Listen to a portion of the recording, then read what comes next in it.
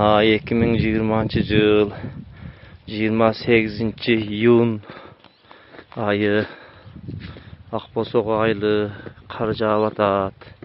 Mınaki dağı dile jağıp atat. Menin maşine mına şunça biyiklikte jağdı. Mına kolum gömülüp kaldı. Mına şu kolum polnu gömüldü sömey. Şunçoluk jağdı. La jaylada boron çapkın kız. Aynen açılmay turunday kalatacağım. Ana koyları karşıda geçecek.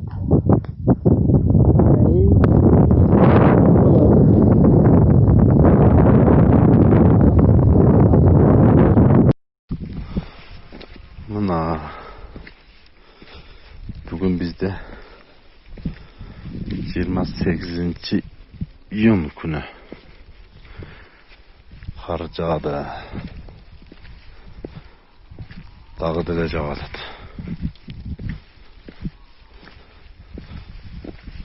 Kança desem 5 santimetrede jağıp koyuptur.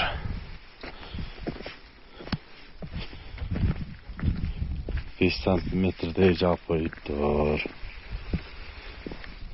28 iyun günü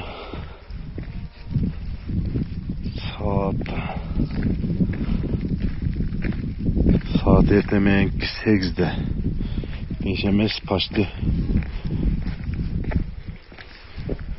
10 santimetre jağıptır.